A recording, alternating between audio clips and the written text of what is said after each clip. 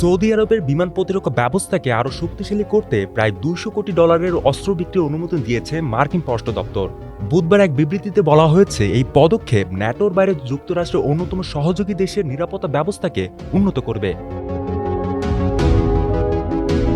বিবৃতিতে উপসাগরীয় অঞ্চলের রাজনৈতিক স্থিতিশীলতা ও অর্থনৈতিক অগ্রগতির কথাও উল্লেখ করা হয়েছে।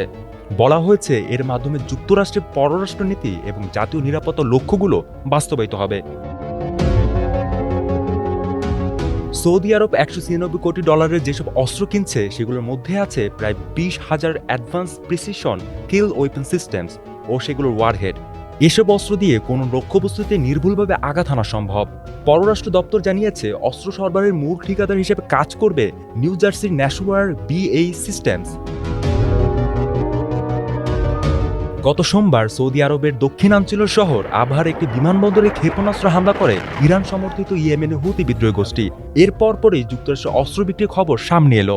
হুতিদের ওই হামলার পর সৌদির সঙ্গে পুনরায় তাদের সংঘাত শুরুর পরিস্থিতি তৈরি হয়েছে।